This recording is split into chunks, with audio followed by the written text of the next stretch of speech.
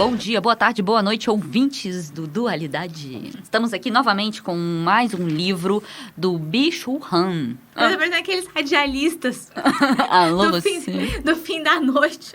Boa noite. Vamos agora para um Love Song.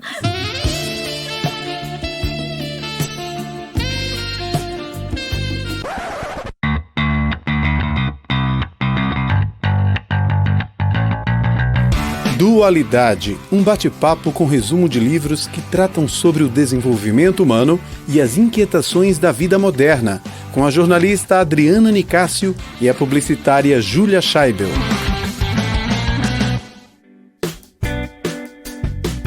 O livro de hoje é o No Enxame, Perspectivas do Digital, do nosso querido filósofo coreano, Byung-Chul Han. Byung-Chul Han. Não vou conseguir nunca falar esse nome. E ele fica na Universidade de Berlim pensando, ótimo, trabalhando, dando aula, fazendo livros. Ele é ótimo. Esse livro ele é muito interessante porque ele trabalha na questão da mídia digital e de que forma que ela influencia de forma inconsciente o nosso comportamento, a nossa percepção, a nossa sensação, o nosso pensamento e transforma a nossa vida de uma forma geral. O que ele diz? O que o Byung-Chul Han diz? Que a mídia digital hoje, ela nos embriaga, sem que possamos avaliar inteiramente as consequências dessa embriaguez. Isso criou uma cegueira, uma estupidez que constituem hoje a crise atual. Você concorda, Júlia? Concordo. Eu gosto muito dele. A gente leu Sociedade do Cansaço, que fala muito sobre a sociedade do desempenho. Que a gente está sempre pelo lado positivo demais, assim, botando o algoz dentro de nós. E agora, nesse livro, ele fala muito sobre a questão da comunicação digital, tanto que é No Enxame, Perspectivas do Digital. E eu vou trazer uma curiosidade. Eu encontrei esse livro no Mosteiro de São Bento, aqui em Brasília. E aí, quando eu falei, gente, segundo livro que eu encontro numa igreja, que não é uma referência de autores, etc., para a igreja, né, católico. Tanto que ele tem um livro sobre budismo também. E eu perguntei pro monge. Falei, vem cá, vocês tem alguma referência com ele? Porque aí tinham vários livros do Byung-Chul Han. Ele falou, não, eu li o Sociedade do Cansaço, gostei muito, e aí... Não, ele leu esse, na verdade. No Enxame. No Enxame. Eu li o No Enxame, que fala sobre digital, gostei muito, e por minha conta e risco eu comprei todos e botei aqui pra vender. Falei, olha, ele é muito bom, a gente até fez um podcast e tal. Então, eu trago essa curiosidade, que realmente é questionável, seja pelas igrejas, seja, né, no caso dos São Bento, seja por estarmos nesse mundo, somos comunicadoras e analisamos também pelo olhar de estar utilizando a internet, utilizando as redes sociais e não podemos não deixar de usar, porque faz parte não só do nosso trabalho, mas para pais que veem os filhos usando e que precisam estar no meio. Enfim, eu concordo com as críticas que ele faz, eu gosto, eu acho que ele me abre a mente.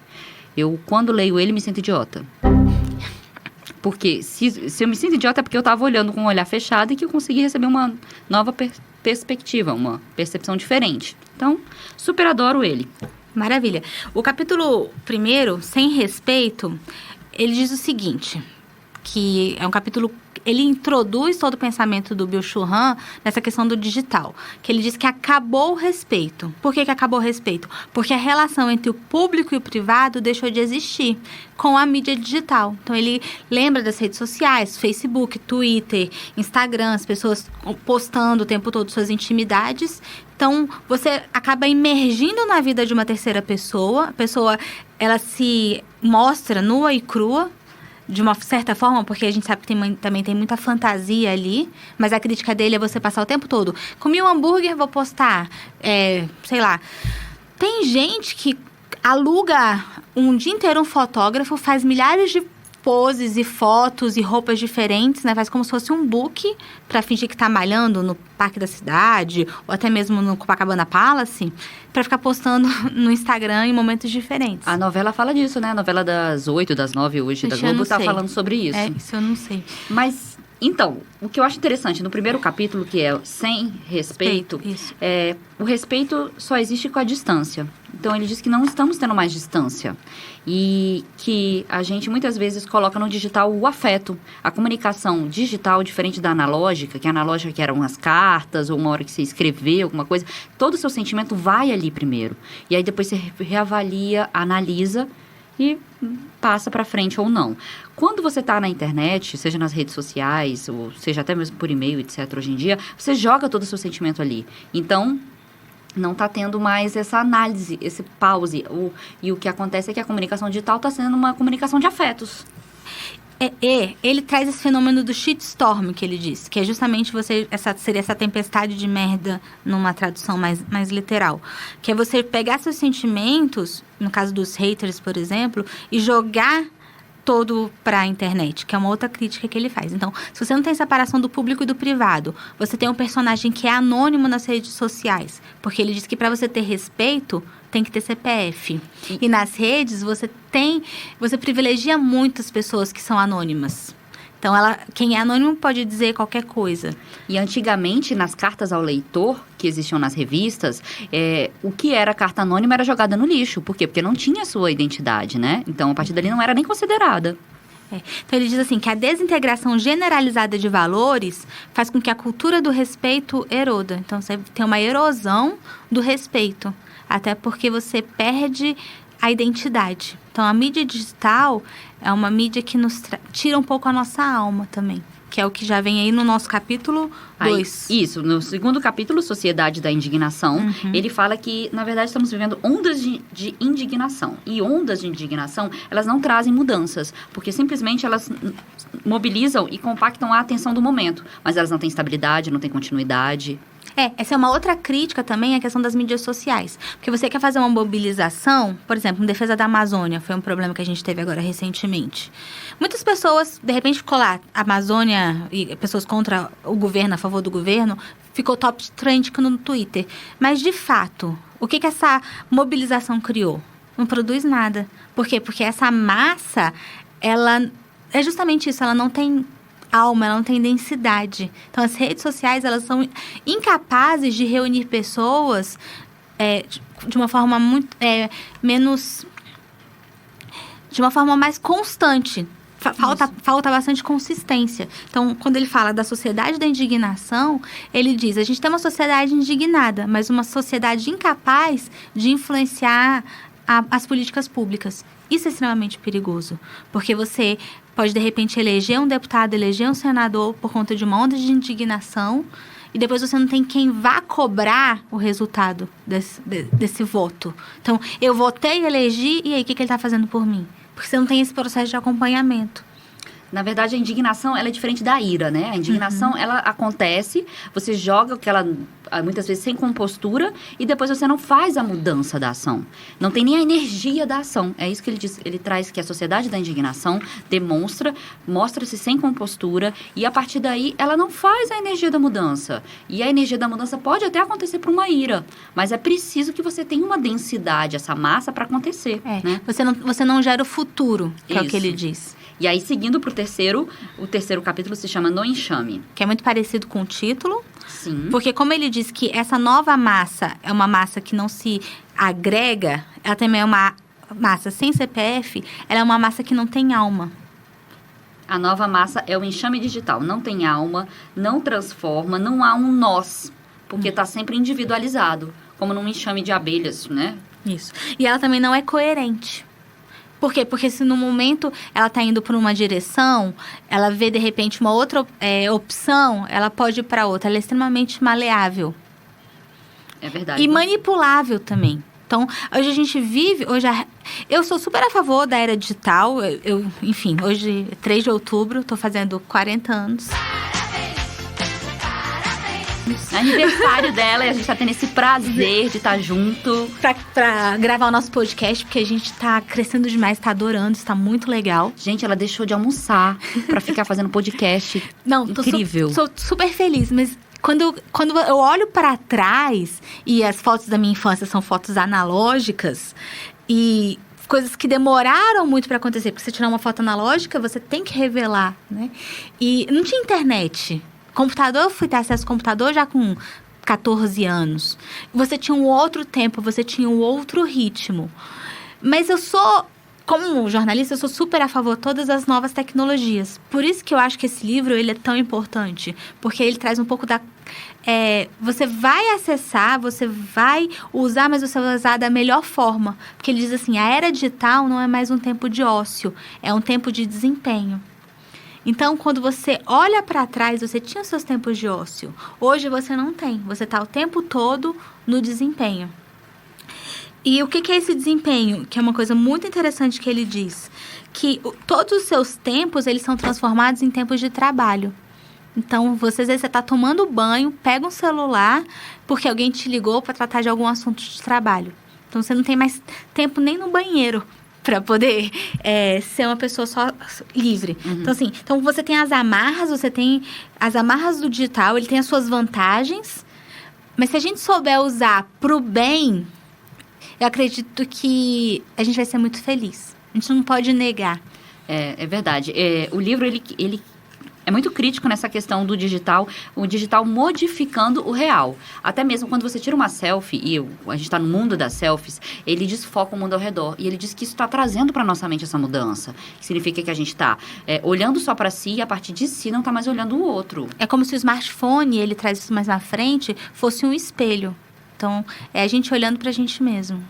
Mas tem um lado muito positivo da democracia, da redução do poder, porque todo poder é uma comunicação de um para todos, né? Ou de cima para baixo. Tem uma submissão todo poder. E as redes sociais e o digital, ele dá essa oportunidade do produtor e consumidor ser a mesma pessoa. Que é a questão, já é esse capítulo desmediatização. Isso, capítulo 4, desmediatização, que seria que não há mais a mediação. A mediação feita por quem? Por qualquer um, jornalistas, por exemplo. E ele diz que cada vez mais a gente precisa da transparência. Se a gente precisa da transparência é porque a gente não tem a confiança. Porque se a gente precisa de transparência em tudo, a gente não confia, não acredita nas pessoas. Ele critica também essa questão da necessidade de transparência para tudo. Porque ele diz que às vezes, o político, ele deixa de ser um ser que vai representar alguém para ser uma barreira. E a sociedade passa a cobrar desse político uma transparência de tal ordem que você não tem tempo nem para construir as políticas públicas.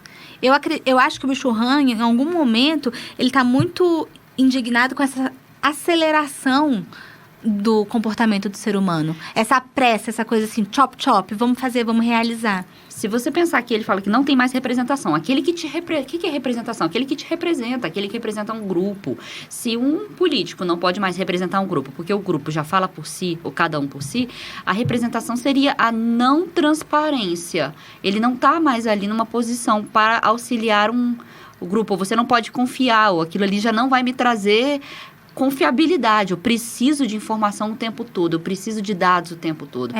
Só que aí você caminha para uma anarquia também, se você não tem esse poder representativo. Então, talvez o modelo de representação seja para ser discutido nessa nova era digital. Sim, concordo plenamente, que essa coisa do digital, ela tem que trazer mudanças para as formas como a gente vive hoje a democracia, né? Uhum. E aí, para o próximo, que é, no capítulo 5, o Hans Esperto. Ele traz a história de um cavalo alemão que ele sabia fazer multiplicação.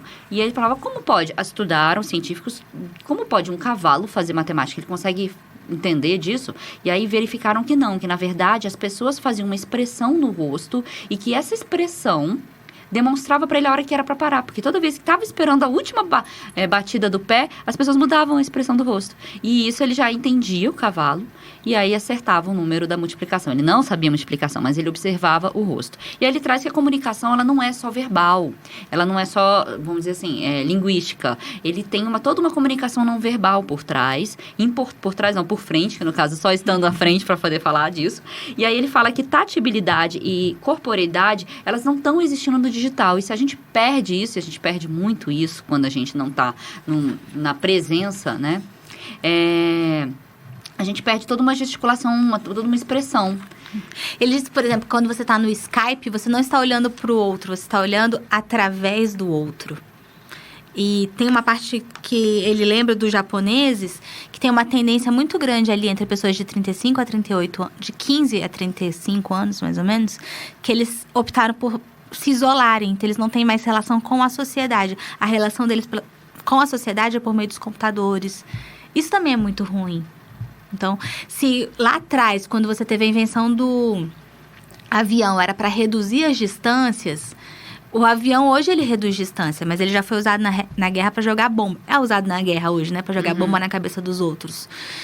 Então, é muito a utilidade que você faz do instrumento. É a mão que conduz. Então, e a maldade está no humano, não está necessariamente no software. Né? Então eu acredito que quando Nunca está no software. Uma coisa que você tem que observar sempre que você estiver falando dessa era digital, que está transformando profissões, você tem toda uma indústria 4.0, está transformando relações, pessoas vão jantar uma com as outras, fica cada um no seu celular, que está transformando o contato mesmo entre os seres humanos. A gente tem que refletir o quanto de nós, do nosso egoísmo, não se reflete por meio dessa tecnologia. Porque se nós fôssemos seres humanos sociáveis, se fôssemos seres humanos melhores, essa tecnologia toda viria para o bem. Pierre Levy fala isso mesmo, que a gente está culpando a tecnologia. O livro, ele fala da culpa do digital. O Byung-Chul Han, ele é bem crítico do digital, que diz que o digital modifica o ser humano na vida real. E o Pierre Levy, ele já traz diferente, ele já é um olhar positivo. E ele fala que a forma como a gente usa sempre depende do humano. A gente já tinha manipulação e maldade do ser humano desde há muito tempo do digital. Então, como que o ser humano utiliza-se dessas ferramentas, e não as ferramentas em si que são um problema. É uma outra vertente, né? E tem uma parte bem interessante quando ele traz que você está tendo uma crise uma crise literária, uma crise na cultura. Por quê? Porque as pessoas estão lendo menos, elas estão discutindo menos, elas estão mais...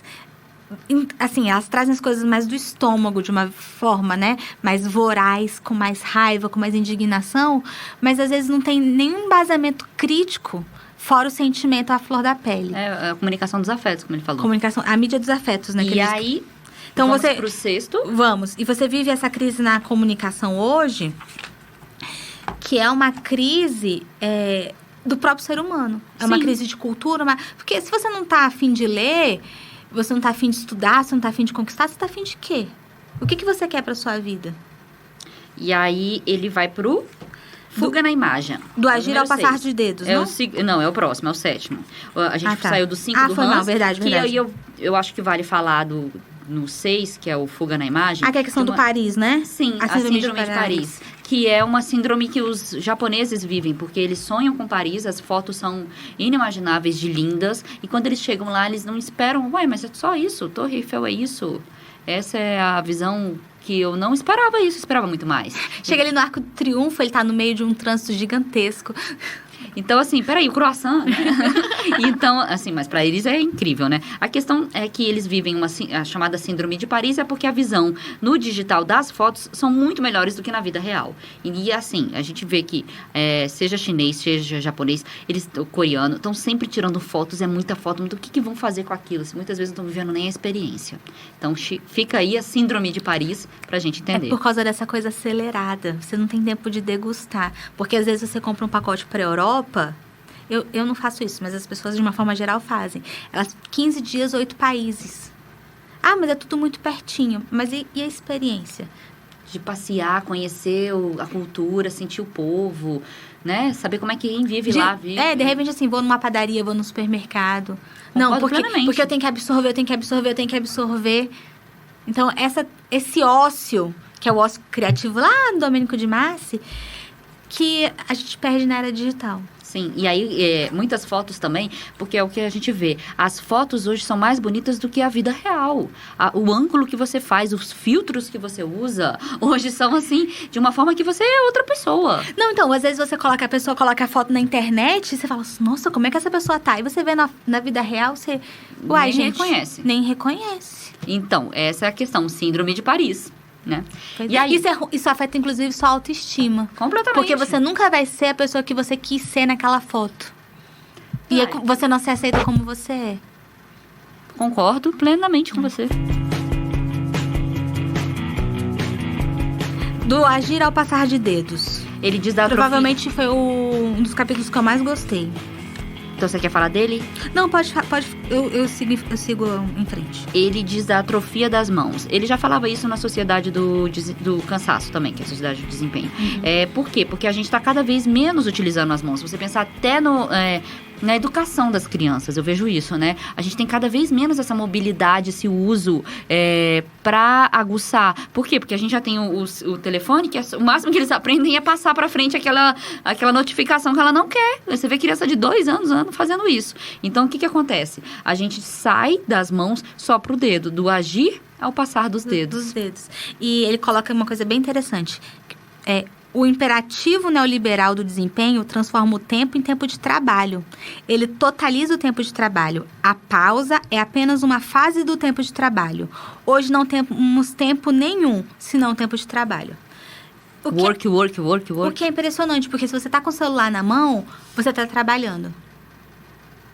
Você acorda de madrugada, e acontece isso comigo às vezes, né? Às vezes o Matheus acorda para mamar, dou mamar para ele, o que eu faço antes de dormir?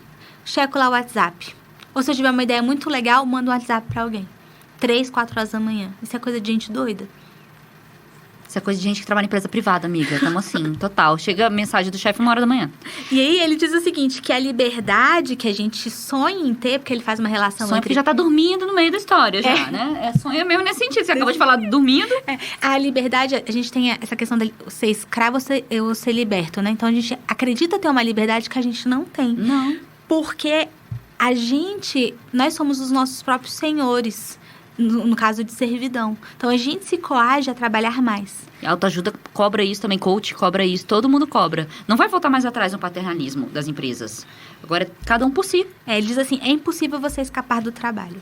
Porque se você não estiver trabalhando, você está pensando, o que eu estou fazendo? Eu não posso mais... Você falou uma coisa interessante, que você tem muito no Instagram, esses coaches, tem na internet muito tempo.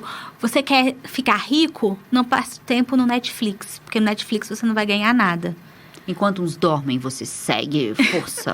Exatamente. Sendo que, às vezes, é importante esse tempo de tranquilidade para a sua mente...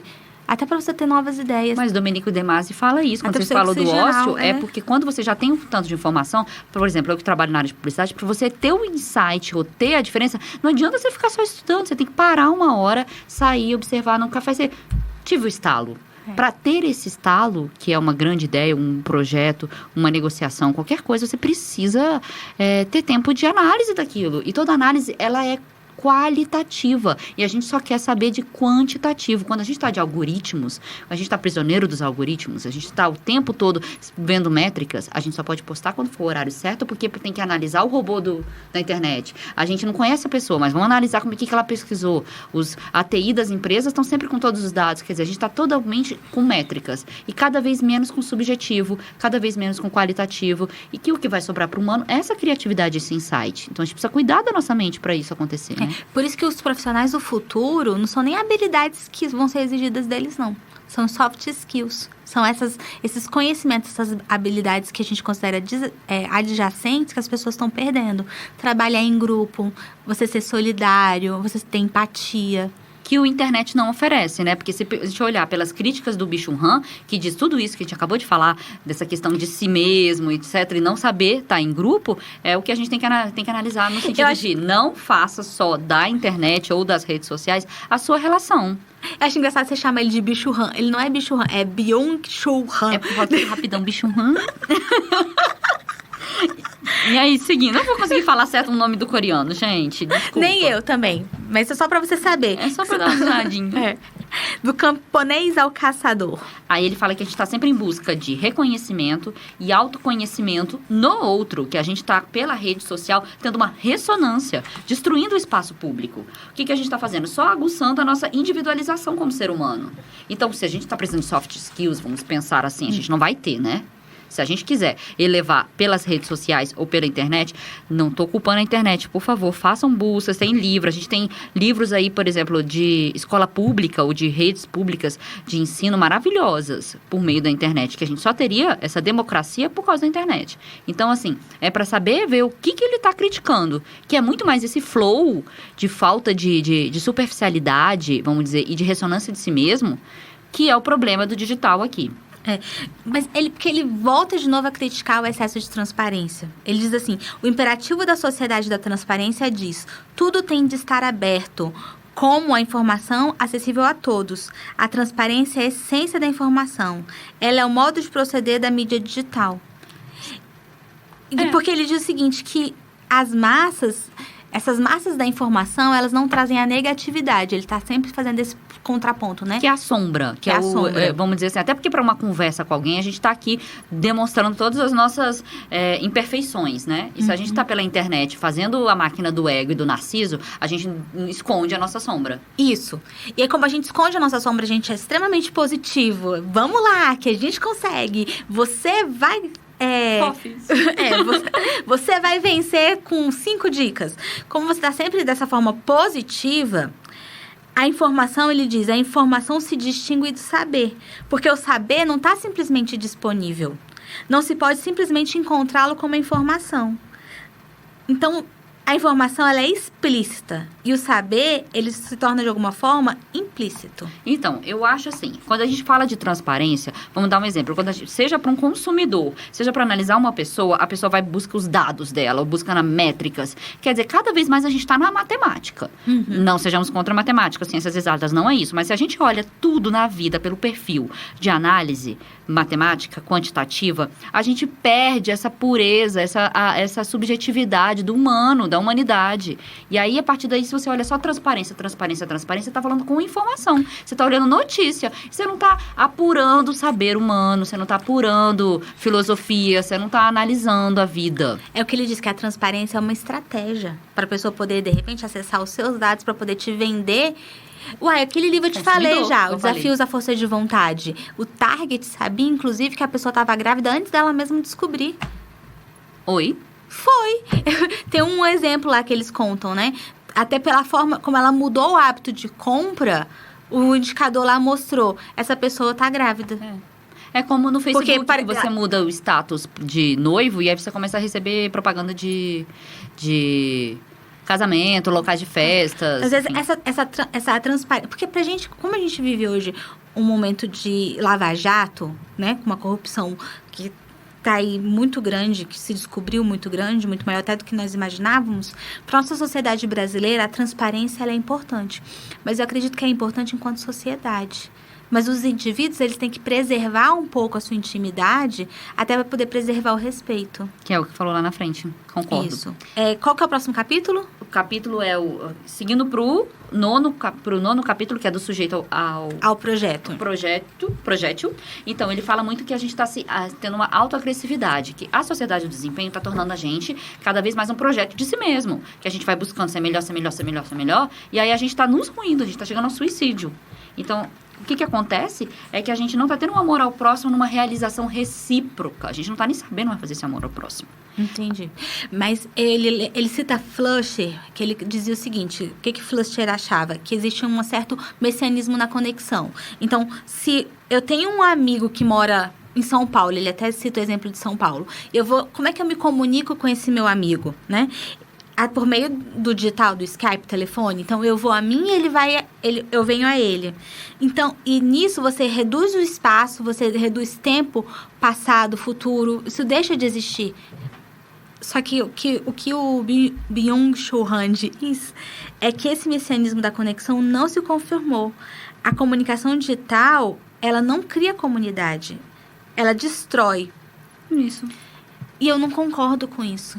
Porque eu, sinceramente, acredito que se eu tenho um amigo que está em Nova York, um amigo que está na Espanha, eu consigo reduzir as distâncias com ele. Mesmo que seja um WhatsApp de parabéns, levantando a mãozinha assim, ei, eu tô aqui. Talvez eu não tenha toda a intimidade que eu vou ter com os meus amigos que estão mais próximos, mas são laços que não se perdem. Não, os laços não se perdem porque você mantém como ser humano. Ele está dizendo que o digital está destruindo a forma de viver do ser humano. A partir do momento em que eu retroalimento meu narciso, eu retroalimento meu ego, eu só tiro selfie, eu não crio relações, as redes sociais retiram minha sociabilidade, eu vou para casa e fico na rede social em vez de encontrar os amigos, entendeu? Não necessariamente eu acho que o digital vai tirar as relações que te trazem de longe um contato, mas sim como a gente torna o hábito de estar fechado pela rede social como parte de uma relação que não existe, né? Entendi. E aí, próximo capítulo... Nomos da Terra. Isso. Nesse Nomos da Terra, ele faz um destaque para a dor. Porque sem dor, sem negatividade do outro, no excesso da positividade, nenhuma experiência é possível. Aí ele fala que o meio da transparência é a radiação sem luz. Quer dizer, sempre preciso ter o negativo para ter também o positivo. E como a gente está querendo sempre o positivo, seja através da transparência, seja através de grandes experiências, como você falou, de viagem, a gente acaba não sentindo, não vivendo. E que muitas vezes é por meio da dor, é por meio do toque, é por meio do contato, é por meio do espírito que a gente vai se sentir e vai viver. Isso mesmo. E aí, seguindo para o próximo capítulo... Fantasmas digitais. Ele lembra que Kafka dizia, falava sobre as cartas, porque Kafka, ele era extremamente ranzinza. Então, como se chegou à ideia de que seres humanos poderiam se relacionar uns com os outros por cartas? Pode-se pensar em uma pessoa distante e poder se tornar uma pessoa próxima.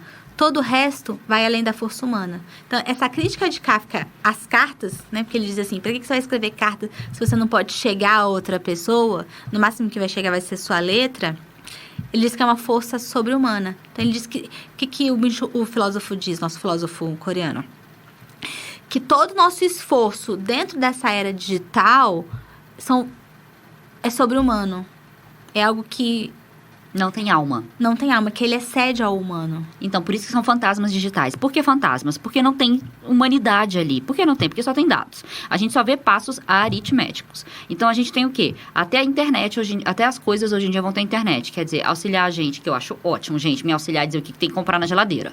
Tá acabando, e o que dá pra fazer? Uma receita com aquilo ali. Eu acho ótimo. Porque a gente hoje em dia que trabalha, tem filho, cuida de casa, a gente vai terceirizando e ajustando algumas coisas na vida, né? Uhum. Então, eu acho maravilhoso que a internet me auxilie nas coisas, internet das coisas. A internet das coisas... Que é, por exemplo, uma casa inteligente, saber a temperatura que você quer, etc. Uma geladeira, que a gente não tem, mas um dia a gente vai ter, que diz o que tá faltando. O que eu já imprime, de repente, a sua lista de compras. Isso que eu falei, de a receita, de o que dá pra fazer de comida com o que tem na sua geladeira, etc.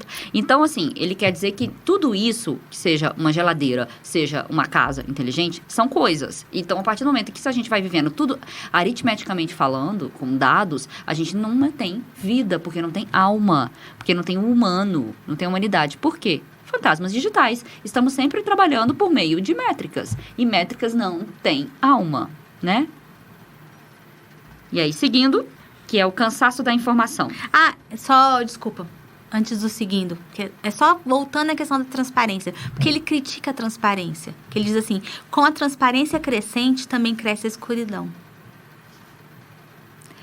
Por quê? Porque ele acha, mais uma vez, que matemática não vai trazer, vamos dizer, tudo fica a na humanidade. superfície, tudo fica na superfície, nada tem profundidade. Então, a gente tem que entender exatamente o que é essa transparência que ele fala. Porque não é a transparência do indivíduo privado. Vamos dar um exemplo. Acho que é excesso de exposição. Vamos dar um exemplo. Um casal. O homem está com dúvida se a mulher está traindo ele, tá? Aí esse homem procura um detetive particular. E aí ele traz dados, né?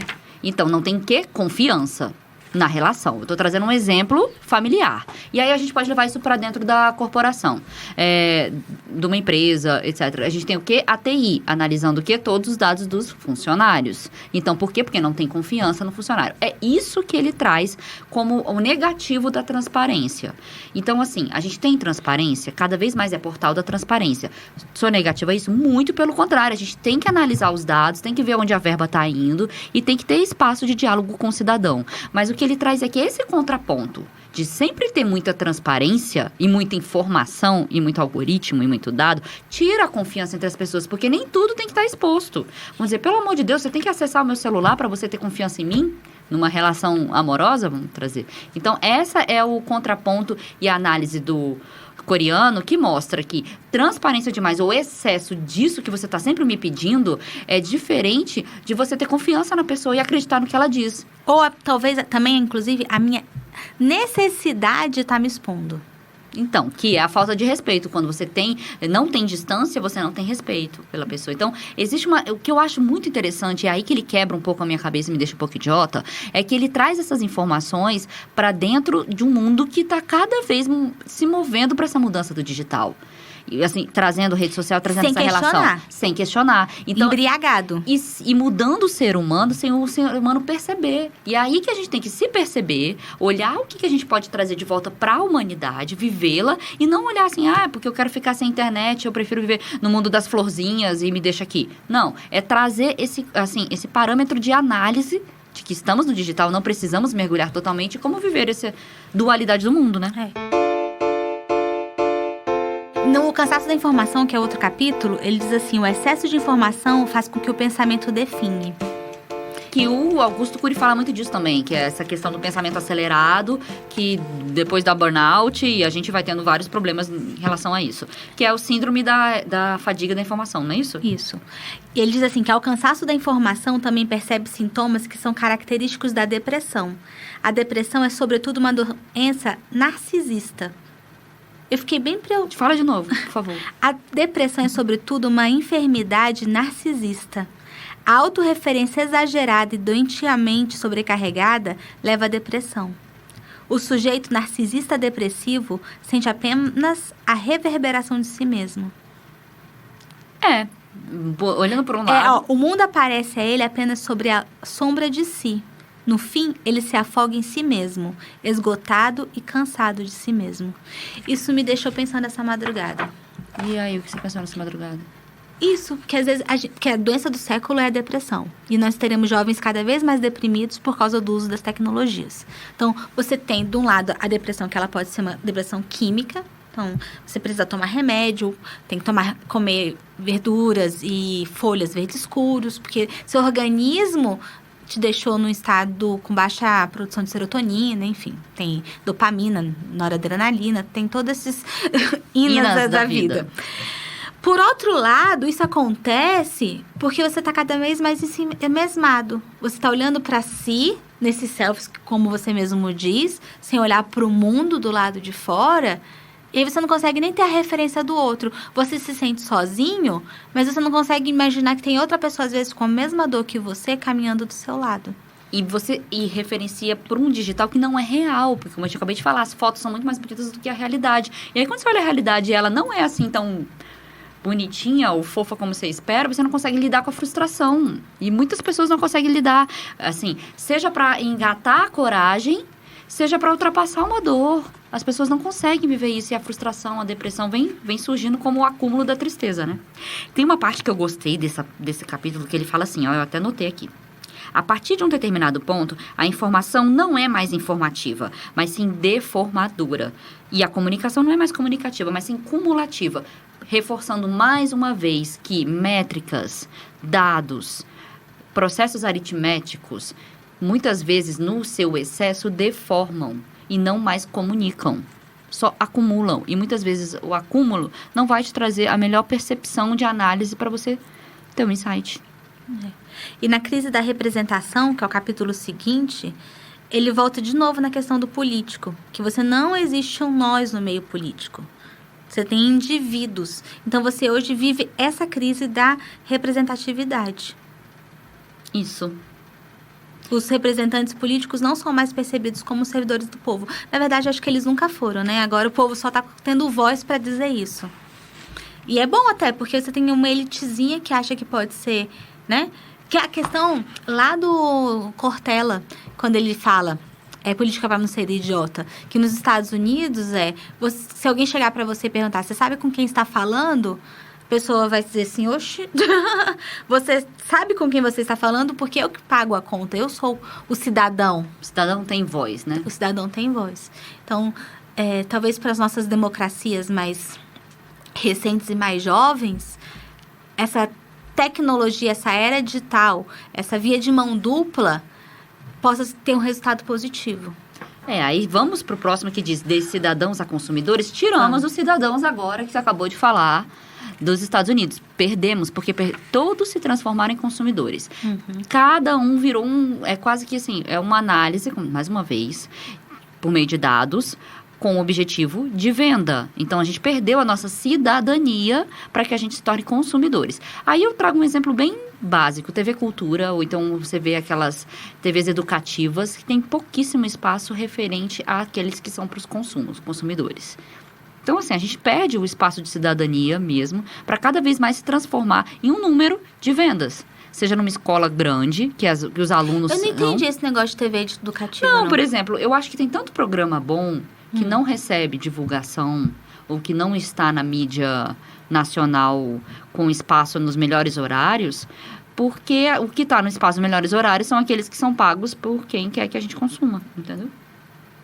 Por consumidores. A gente virou consumidor e não a gente virou cidadão. A gente não recebe a informação que a gente precisa. Eu tô falando em relação a jornalismo, tô falando no geral. Não, porque, por exemplo, você tem uma TV Cultura que é uma TV aberta. Uhum. Você pode ver um programa que você considere de cultura, como você pode ver uma novela aculturada. Mas só aí que a a sociedade... qualidade, você vê a qualidade de um e de outro, de filmagem, espaço, dinheiro, etc., todo patrocínio que existe. Mas por que eles fazem esse programa? É esse ponto que eu quero chegar. Porque vende mais. Então, você virou um consumidor, você não virou um cidadão. Mas porque você se pôs nessa situação. É Não uma via- A culpa não é da Rede Globo, entendeu? Não é a Rede Globo, isso a Rede Globo não mostra. A Rede Globo mostra o que as massas estão consumindo. Porque é uma troca, assim como a vida imita a arte imita a vida. Não tem como. E muitas vezes, olha, eu lembro muito disso de um professor no mestrado que falava, às vezes a gente chega em casa, a gente não quer ver uma coisa séria, não é porque a população não tem condição de aprender ou não tem educação para isso. É porque a gente está tão cansado de ter pego um ônibus e ficar 3 horas e de volta para o trabalho, que você quer só anestesiar sua mente. Então, eu também sou contra a gente olhar e falar que o cidadão é que não quer as coisas. Muitas vezes ele está tão cansado de uma falta de estrutura geral, de transporte, trabalho, etc., que o que ele está vendo, ele não está nem prestando atenção. E se for muito sério, ele não vai conseguir prestar. Pois pelo é, só cansaço. que ele vai continuar sem transporte se ele continuar sem cultura. Pois Porque é, vai ser a é uma cultura troca. dele, vai ser o esforço dele pelo melhoramento que vai fazer com que o governo não te traga benesses. Ele colocar um sistema de transporte digno tem que ser uma exigência de quem paga imposto. Então, para exigir, ele não pode estar tão cansado também. Não, mas agora é porque você já tá cansado. Você não tem mais como fugir do cansaço. Você tá cansado. É a sociedade do cangaço, não é nem do cansaço, é do cangaço. Do cangaço. Você já tá cansado. Então, você precisa se mobilizar para conseguir mudar a sua vida. E não esperar que o outro vá fazer, porque o outro não vai fazer por você o que só você pode fazer. Pois é, e ele não vai se mobilizar, porque hoje os digitais não têm massa. Eles são muito fluidos, eles se juntam e vão embora e não criam essa resistência. Não é resistência no sentido negativo, mas não criam essa solidez, essa densidade. Essa densidade para fazer a mudança. Então, quem conseguir manipular isso vai se dar bem. Muito bem, o jornalista acabou de dar a chave do movimento, né? A questão é, eu só tô trazendo essa visão porque, assim, não somos mais cidadãos, somos consumidores. A gente já sabe disso há muito tempo. Isso. Protocolamento total da vida. Eita, o último capítulo, não é? Não. O último Não? é Psicopatologia. Psicopolítica. Isso. Fale aí. A confiança é um ato de fé que se torna obsoleto em vista das informações facilmente disponíveis. Protocolamento, como acabamos de falar, dados, tudo nos dados, transparência. Olha o funcionário. O funcionário merece ganhar aumento, não. Vamos olhar quanto que ele gasta no tempo de rede social, o que ele faz de pesquisa no Google, se ele gosta do chefe ou não, etc. O que acontece? Estamos fazendo isso com o mundo. Estamos fazendo isso com as nossas relações. Estamos sempre analisando tudo. Estamos analisando o filho com a televisão com a filmagem lá na creche. Tudo. Acabou a confiança. De uma certa forma, acabou mesmo, porque o ser humano também tem uma maldade tão grande que a gente tem medo de que aconteça alguma coisa com os frágeis, né? Ele diz assim, ele fala do Google Glass, que nos permite uma liberdade sem limites. Mas justamente essa liberdade sem limite que ele nos permite é por onde nós seremos monitorados. É, óculos o tempo todo. As pessoas vendo o que a gente tá vendo. Óculos de dados. Não tem mais, assim, óculos de humanidade. Tá faltando óculos de humanidade aqui, ó. Dá pra fazer os dois juntos? Psicopolítica. Que é o último capítulo. Esse último aí. O que você tem para nos dizer? O psicopolítica é quando você transforma no comportamento humano, analisado por dados e etc., uma manipulação total do poder. E não é mais uma biopoder no sentido do humano ter o poder, e sim a psicopolítica, que é essa transformação do comportamento humano por meio de dados e de análises para fazer o movimento que você espera. Ele diz assim, a psicopolítica se empodera do comportamento social das massas ao acessar sua lógica inconsciente.